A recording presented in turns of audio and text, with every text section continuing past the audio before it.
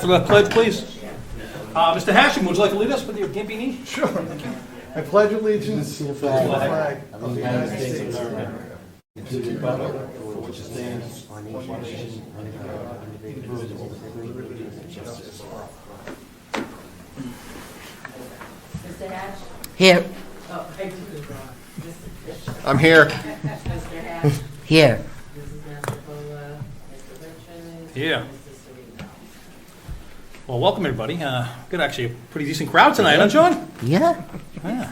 I just want to let everybody know that we are being recorded, so if you do not wish to be recorded, you can pack up, head home, and watch us on Primetime Channel 9, led by John Pruitt inside the booth in there. Thank you, John. You're doing a wonderful job. You definitely know Michelle, but you're doing a wonderful job. All right. So first, we're just going to briefly thank the middle school for the orientation. They did a great job up there. The kids loved it. They do some color wars. It was just to get the kids to know the building, and they do it in a fun way. And the kids really had a good time. So I just want to thank the staff and the administration and a bunch of older kids that helped out. It was Honor Society kids and some middle school kids that helped out as well. So they really... Yep, grade 7 to 9. Are you still off your list? Nope, no, I... All right, good. And, tonight we're going to talk a little bit about pick up and drop off. I know it's still summertime, but it's never too early to start thinking about it. We're going to send out a lot of emails from each school, just reminding everybody what the protocol is.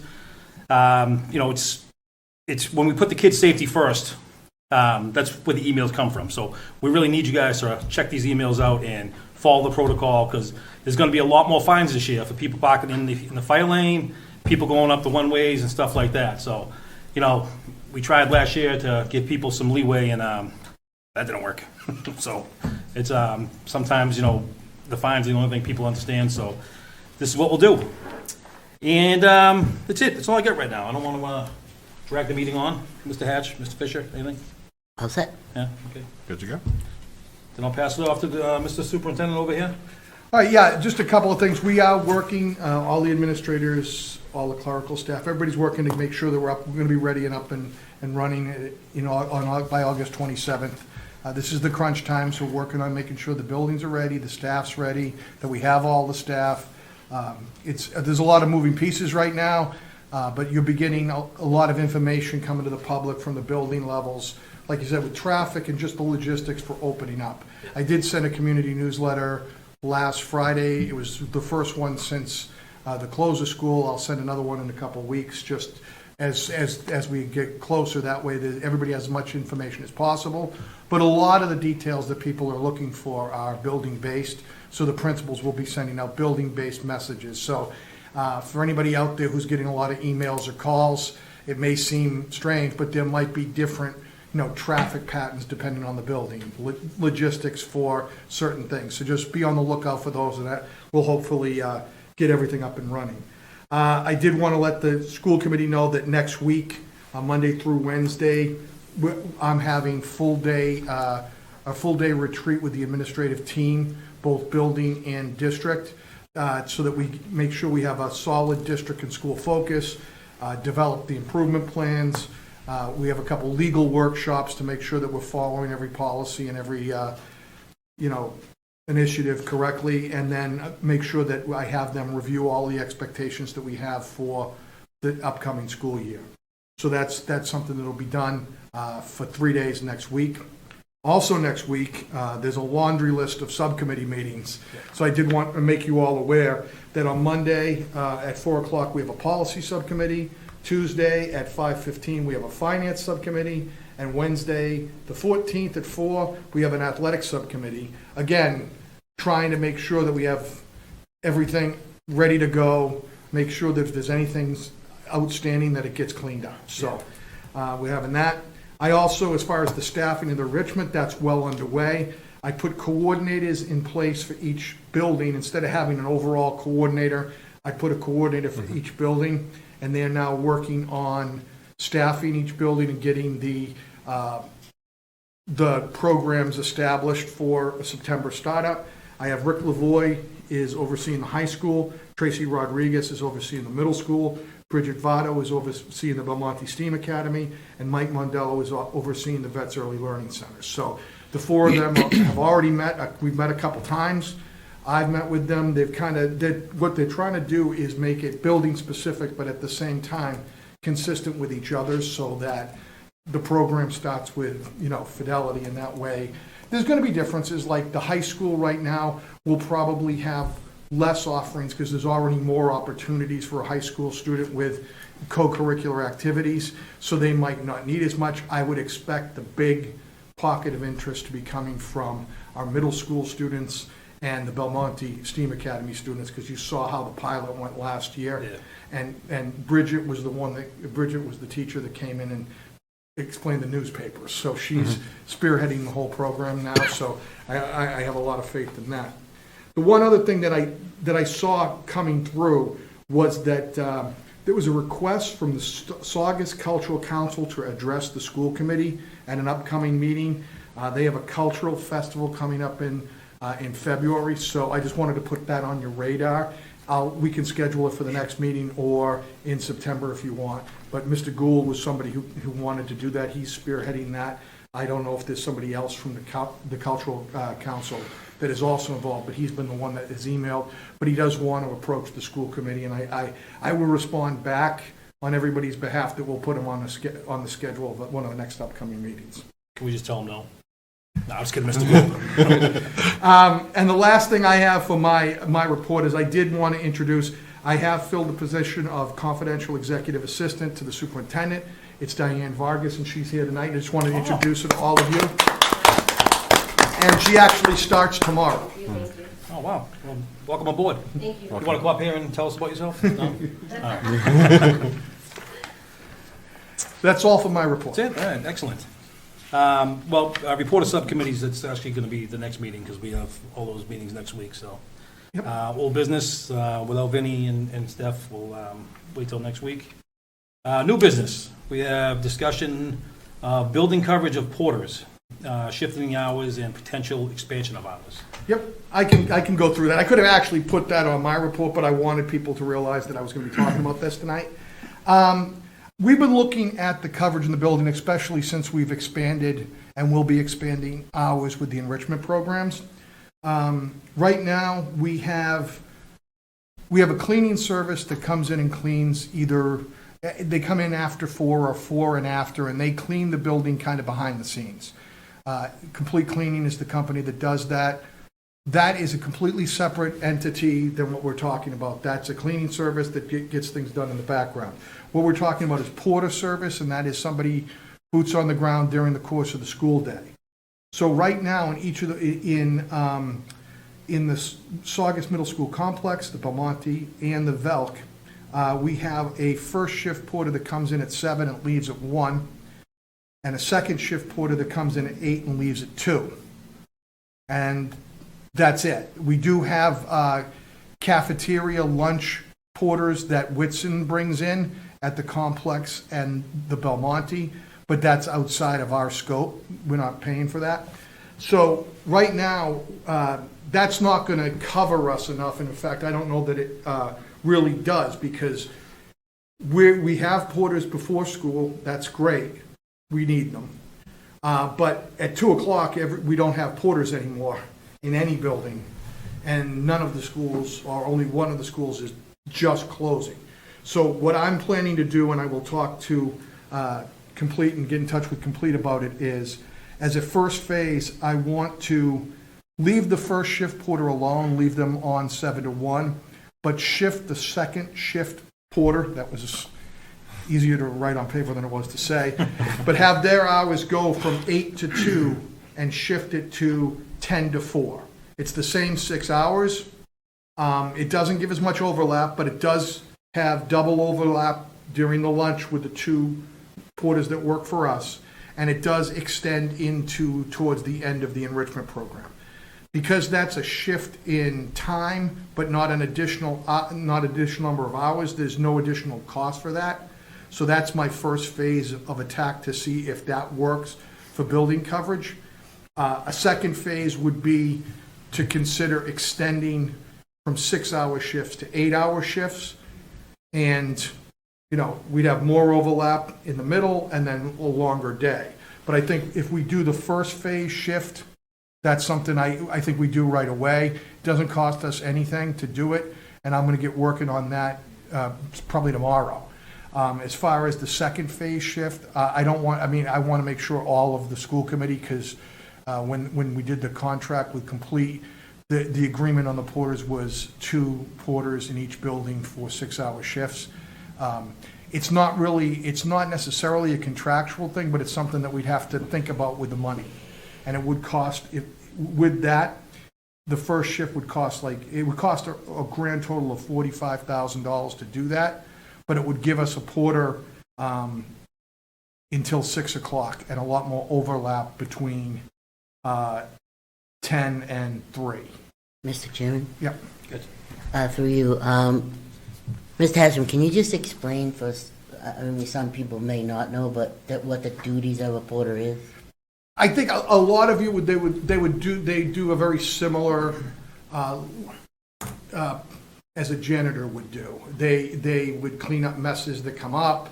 They would move things around. Light duty, light maintenance. If it was, wipe things down, make sure everything's clean along the way. Deal with any little bit of trouble. If something needed to be moved, they'd move that. And I think a lot more like a custodian would be. But they're not our employee. Yep. So again, they're not going to be there when there's nobody else in the building type of thing and be in charge of stuff. They're there for to triage messes, so to speak. Yeah, major difference is the night crew is just strictly cleaning. That's it. They don't move boxes. They don't. And they really shouldn't, because in theory, I think they're there from 4 to 9 or 4 to 10, but they really are there on their own time as far as their job is to get the building clean. Right. And if we're bothering them, that's really disrupting them from doing their job. Absolutely. In theory, they could be in at 11 till 5 and never see anybody. Right. All right. Is that it for that? That's it for that. Yeah, I just wanted to make you all aware that that's the direction I'm going in the short term, and let you know if you want to discuss it next meeting or after we try the shift, where we want to go moving forward. So right now, we're sticking with the 6-hour shift, but we're just shifting the body. We're shifting the shift. Yeah. Okay. The second shift is going to, the only difference right now that I'm proposing and that I'm thinking about doing that I think will get us coverage and help is to take the person who usually comes in at 8 and stays till 2, come in at 10 and stay till 4. That way there's that overlap, and then we have porters when the school day ends, and we have porters there for the enrichment program. Yeah, I'm not a fan of the 6-hour shifts, but we'll start with what doesn't cost us money. Right, exactly, and that's what I wanted to propose first, is let's see if we can get a solution to make things better, and if then it becomes a money issue and we still need it, because we do want coverage and we want to make sure everything's safe and orderly, then we do it that way. Okay, that works. All right, well, thank you. Well, thank you. Next up, we have the presentation of the traffic plan at the Belmonte STEAM Academy from Dr. Maureen Lukey.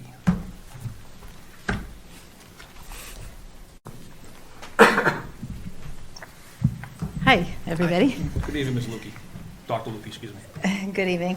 I had just provided you with a packet for the STEAM Academy. So myself and my vice principal, Ms. Taylor DeVisa, and my other new vice principal, Ms. Heidi Jimenez, we've kind of been collaborating all summer and brainstorming all the different things we've learned throughout the years of last year and then coming in new to this year. And like we mentioned, our primary goal is to keep all kids safe and really helping parents feel comfortable in listening and hearing any concerns.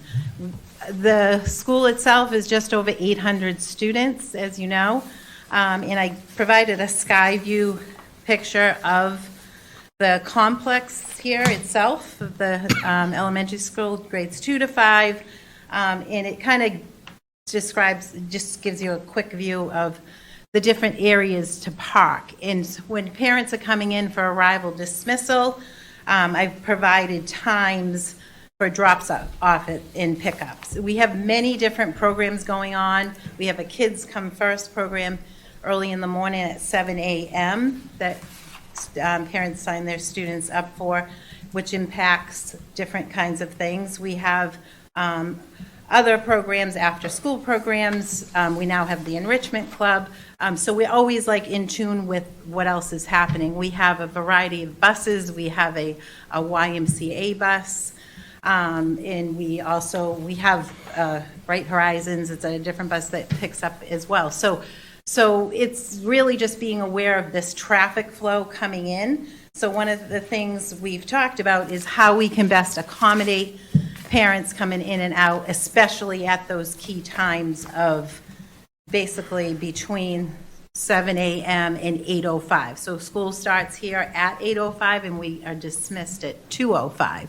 So what's happening this year, which is different for our staff, is where the different areas that you can see in that map, and then on the second page, I've color-coded the areas, and my assistant principals and myself walked around and counted every space around the building to park. So when parents are coming in, they're gonna have a little bit more space in this first lot. But for teachers, the shift is going to be along the tree line in front of the circle. We're going to have, there's actually 48 spaces available for staff to park. So we're going to have that for staff parking. I'm hoping this is going to alleviate some of the problems coming into the big lot. So that's going to be called the green lot. So if you go to that second page, you can see 42 spaces exactly. And then we're going to have some of the teachers park in the red lot, which is the very first spot when you come in down Dow Street and you take a right. Central office people park there, multiple people that come in and out regularly, but there's lots of spots there, so 78 spots. So the fact that I'm having the teachers park along the tree line is going to go open up more spaces in the red lot. So hopefully that makes sense. And then in the back of the school, there's the basketball court, and right to the side of that, there's a small lot that teachers park in. We're calling that the pink lot, and that's there's 15 spaces there. There's a handicap spot as well. And then in the very front of the building, and you can see in the circle, we have administration, nurses, our clerks, they'll park in that lot. And then I also have 5 particular spaces for visitor parking. And that's going to be considered like the yellow spaces for public visitors coming in. And we also have, and it's kind of tricky, in front of the circle, the spaces are not marked, but there's actually 24 visitor spaces along the very edge. And it's kind of convenient for parents if your son or daughter forgets their lunch or you got to run in or run out, you can park right along there as well. To come in as well, and then also in the red lot for parents too. So along the tennis courts, that's considered public parking. I just kind of left that as white, and then that's for public parking. So with that, as the buses come in, because we have buses that come in, and I tweaked some things at the end of the year with buses because we were having a little problem with too many parents trying to come into this main circle. And so we made that just for buses. And then on the very end, we have some special education rooms, and parents have different placards to be able to pick up students. So anybody with a placard can come into the circle, and then buses. And we kind of limit it to that. That seemed to help. And the last thing is there was some construction going on in the front last year, and we had to accommodate our 5th graders who were kind of going out this door, which I think that kind of caused a little bit of traffic as well. So we changed that the last month and a half or so, and we have them back going out in the front now that the construction is completely done. So that's kind of the overview of everything, and we're just trying to, in your packet you can see I made little color-coded passes for our staff, and then we're really just going to watch and see and tweak as we go along if needed. But as you can see in the packet, I call it a rolling drop-off, because we try to have parents, especially in the morning, and I've put out messages multiple times for parents to just come along, drop their students and go, and we have we have teachers and staff out at the doors. We have door 17, door 15, so we know when the kids are coming, and we're ready for them. So I use all my duty teachers to help out with that, and especially between they're on duty from 7:55 to 8:05. So that's kind of how it's hopefully going to be flowing. The other positive thing is when we have, the reason why I listed those other programs, some kids go to the YMCA, some are attending enrichment club, some go to Kids Come First. That alleviates some of that afternoon traffic because they'll be staying and attending different programs, and parents will be coming just a little bit later to pick them up.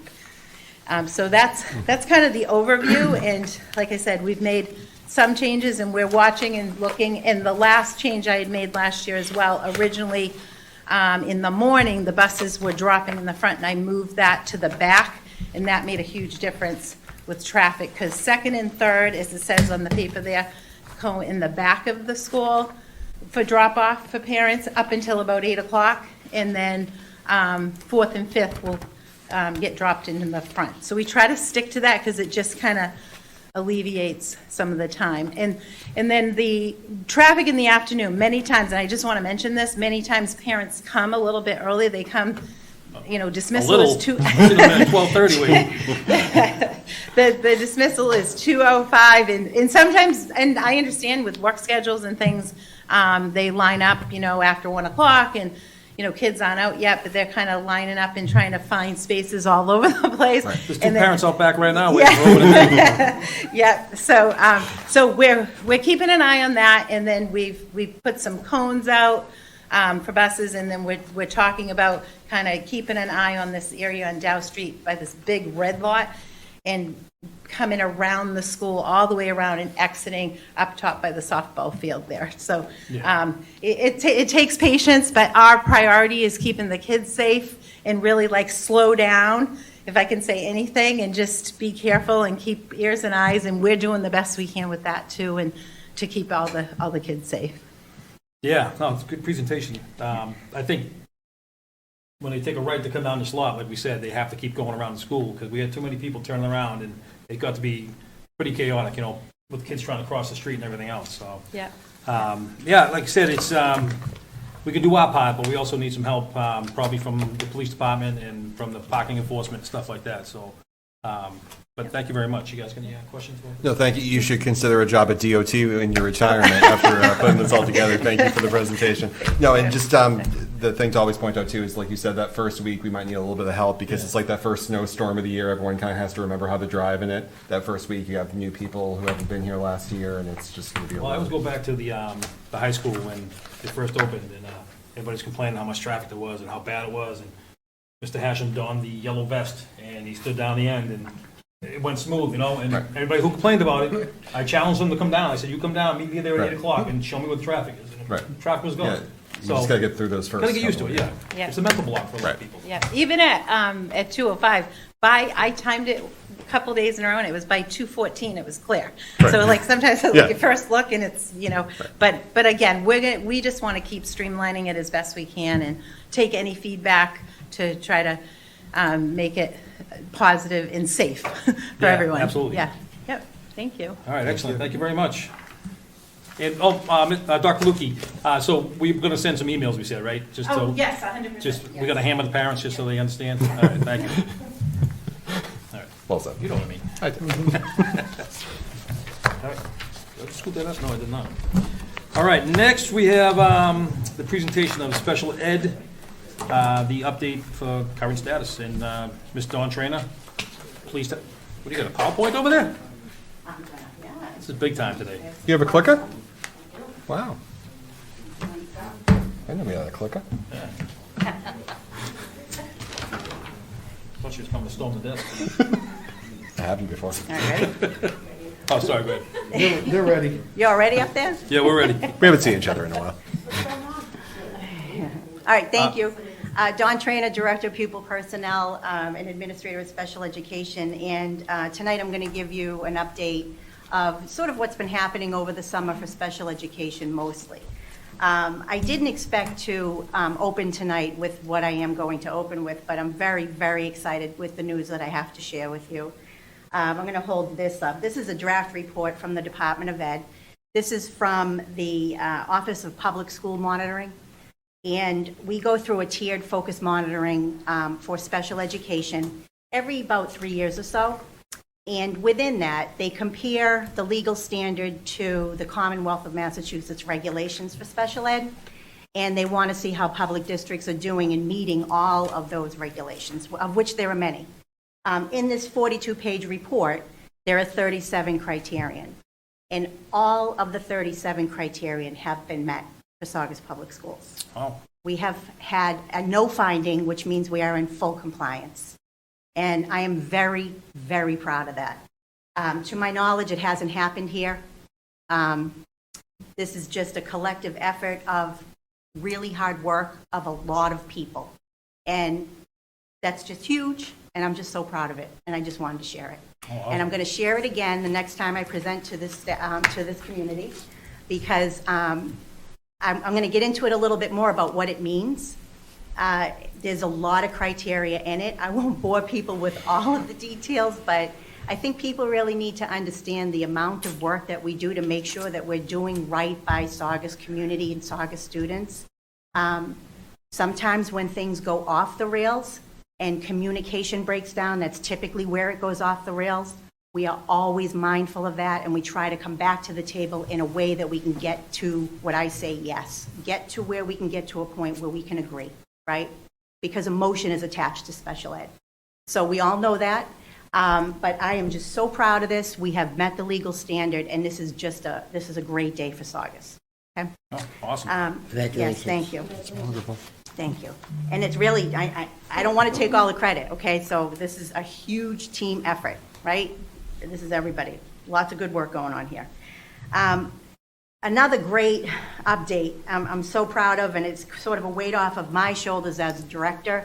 Last year I presented to you that we had an issue with hiring of service providers, particularly speech and language and OT, occupational therapy. It was a real tough year over the last course of 2 years for districts all across Massachusetts in hiring these two therapies. We are almost fully staffed. I have one more staff to go. That person, 2 people were interviewed. We think we're ready. This is really good because people will be happy, kids will be getting their services, parents will be happy, less complaints, and, Saugus will be in a good way. So I'm really, really happy with that.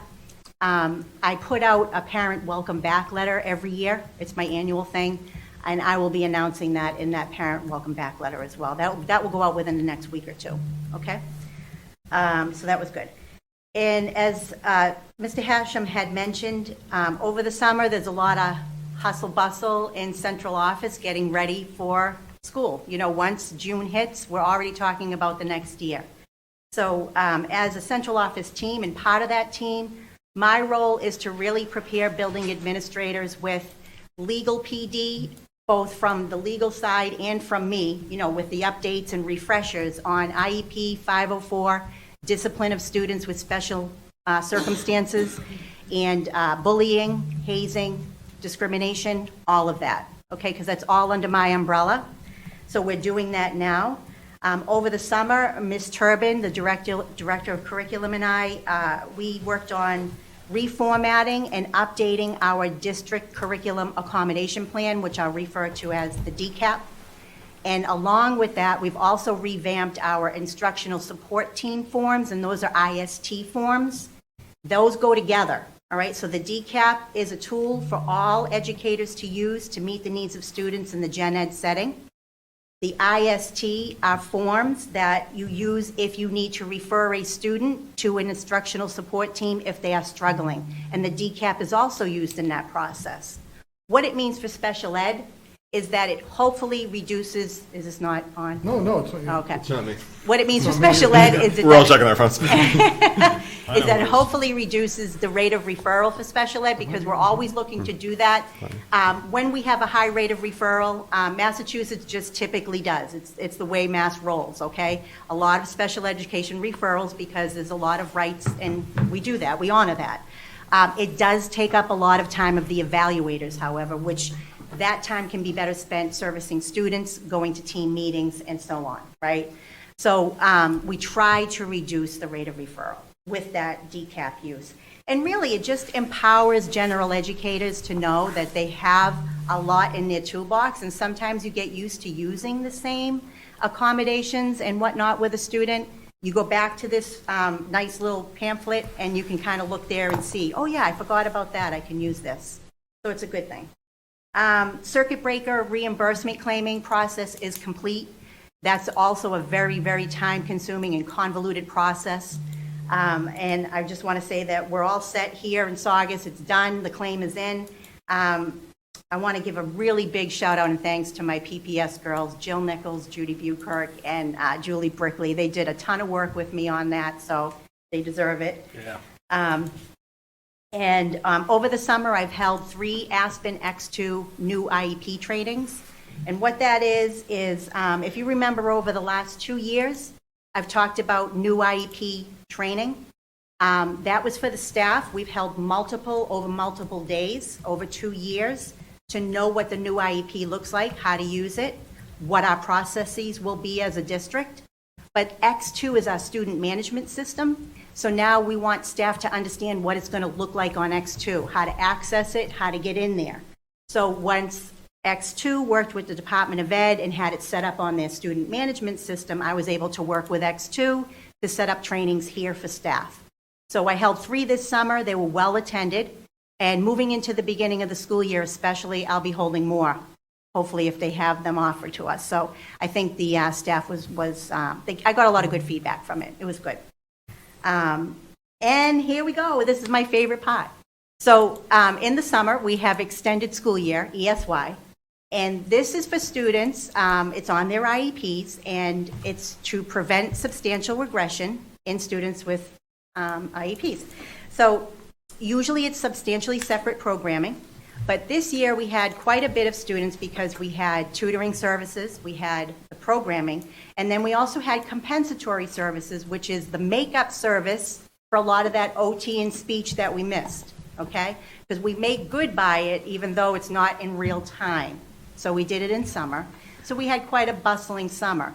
But what I do want to highlight here, and I do need to give, before I show this little few pics, Jody Reynolds-Dolly is our ESY director, and she's done this for me for 3 years now. She's amazing. She puts a lot of work into this. She hires the right staff and pairs them with the right students, and she just really goes over and above every summer. So I really want to note her. We have a new BCBA in district. Her name is Priscilla De Alcantara, and she took all the pictures here. So you won't see her in the pictures, but she's taking them. So I want to give her a shout out. And one of our paras, Diana Fondulis, had the idea to have an Olympics. So it was really, really cute. All of the staff collaborated to make skills and fun games to, promote cognitive, social skills, gross and fine motor skills. So there's a purpose to it, but it's fun. So I'm going to show that to you now. So this is all in this new gym here that's all done over. You can see the staff there with the bowling game. And they have the little ring toss. And that's Ms. Jess getting it on. She's awesome. Another pair of staff having a great time. And our little boy Steve, he's having fun.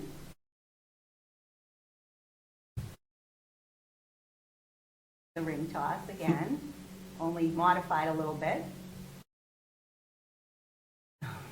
Big smile. And that's our New England Center for Children group. Another little activity there. You see how the gym is just packed with fun. A sorting activity. This is our last slide. I just want to kind of point out that's Sarah Conway. She's the lead teacher in our NEC program. And you can see the little Olympic rings and how they made it into a sorting activity for the kids. And on the farthest right, our oldest students went to Prince, and you'll see the illustrious Jack Trainer, Owen O'Brien, Joe Bertrand, and Rob It was easy there. Yeah, they had a great time. We did have more pictures, but it didn't make it to the slide.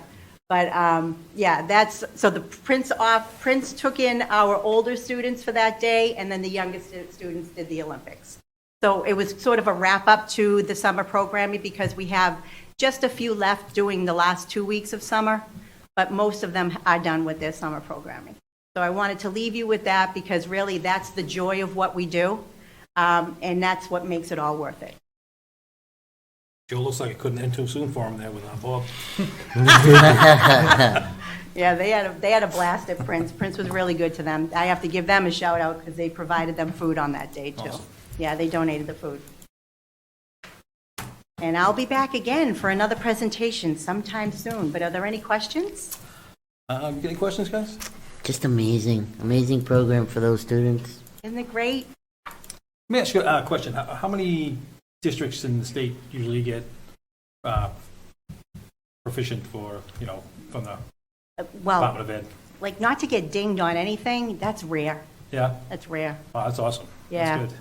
It's rare. I know mean, that everybody works hard here, and, especially, like you said, Triple J over there, Judy, Julie, and... Absolutely.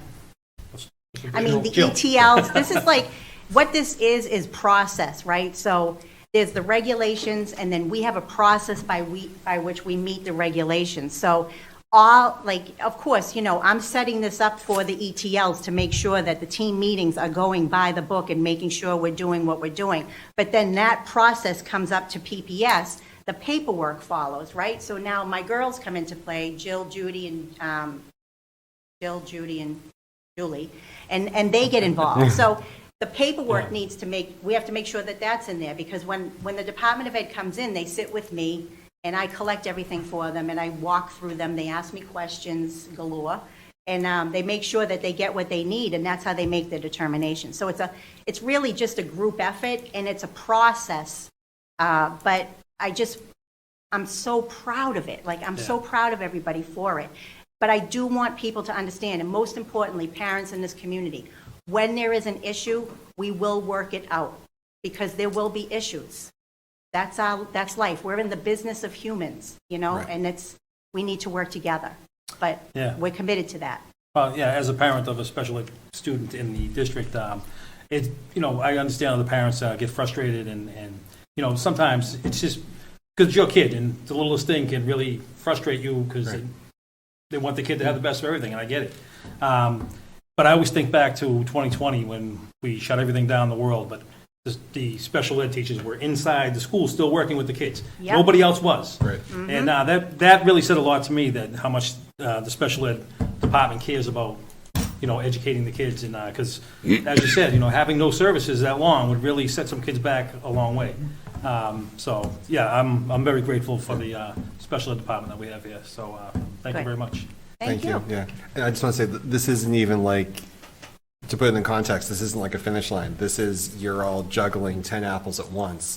This is like an outstanding accomplishment, but we can't, let up, because, Oh, absolutely. the work, Tomorrow. there's always tomorrow, right? Yeah. Absolutely. Yeah, so, Right, but right. congratulations to everyone. This is Thank you amazing. so much. Thank you. All Okay, right, great. Thank you very much, Ms. Strana. Sure thing. My pleasure.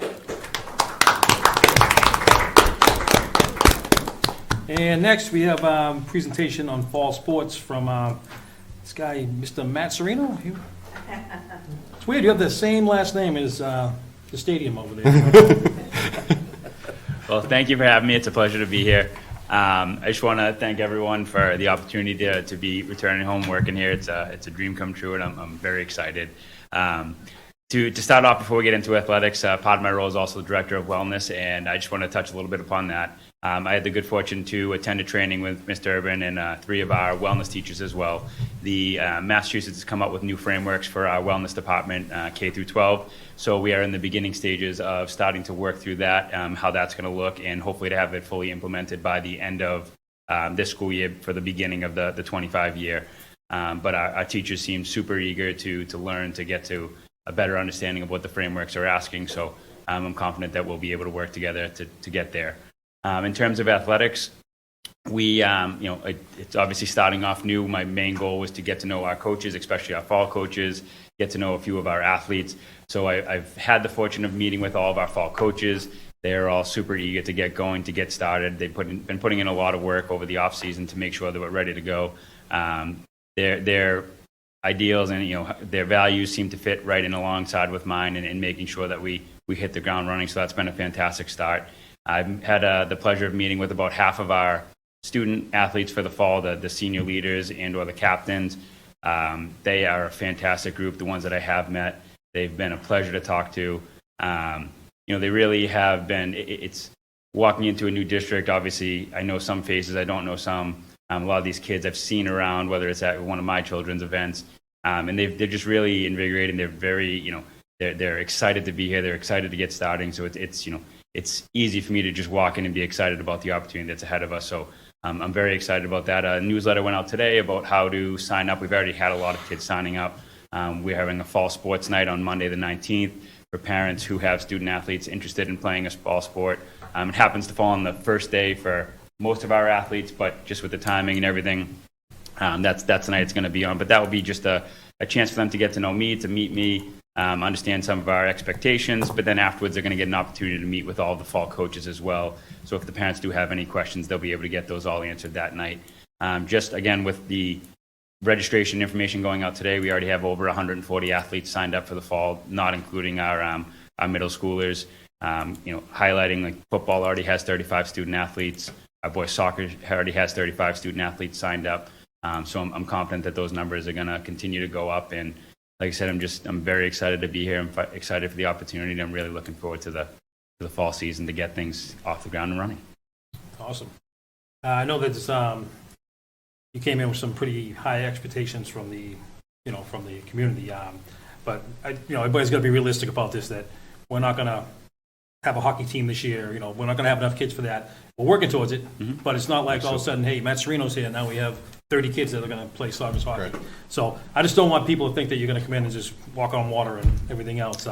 It's a work in progress, and it's going to be. And I have all the confidence in the world that you're going to do a great job.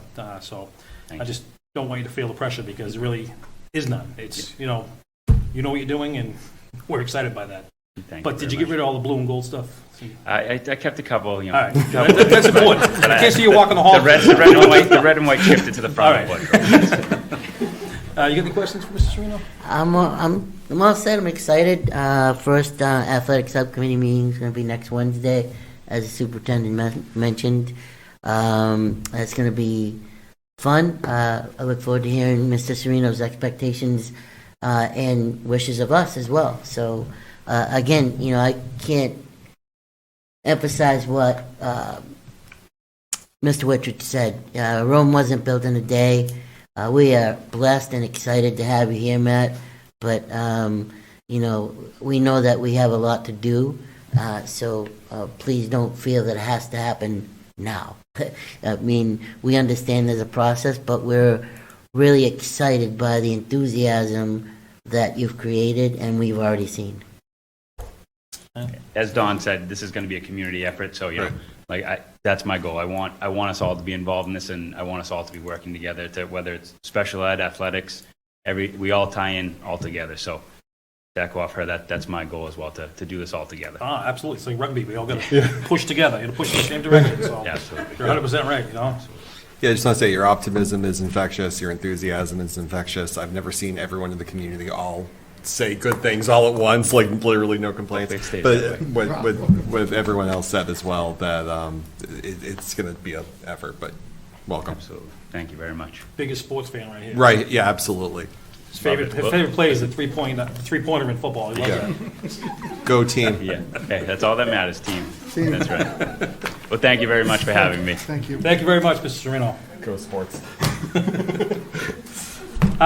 Next up, we have, we just had, 3 great presentations, and then Mr. Hasham's was so-and-so. You know what I mean? So it was pretty good. Well, it's a little dry when you talk about Porter coverage.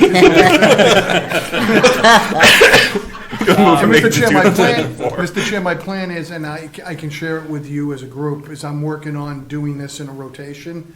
So you'll see this in a rotation. So principals will be in, with students.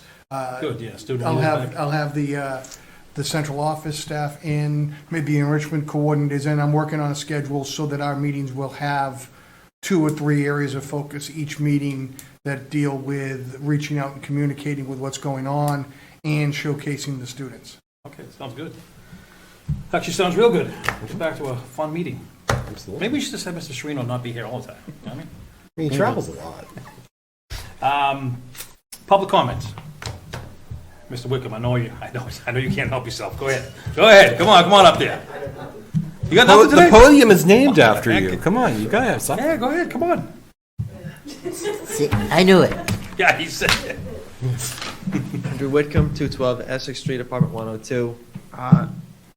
To follow the previous speaker and his bountiful amount of positivity, I will just say, as I always do, that it is so great to hear the staff get up here and talk about the school district and the kids with such enthusiasm. You know, I've known Mrs. Serino a grand total of 20 minutes, and it already feels like we're friends.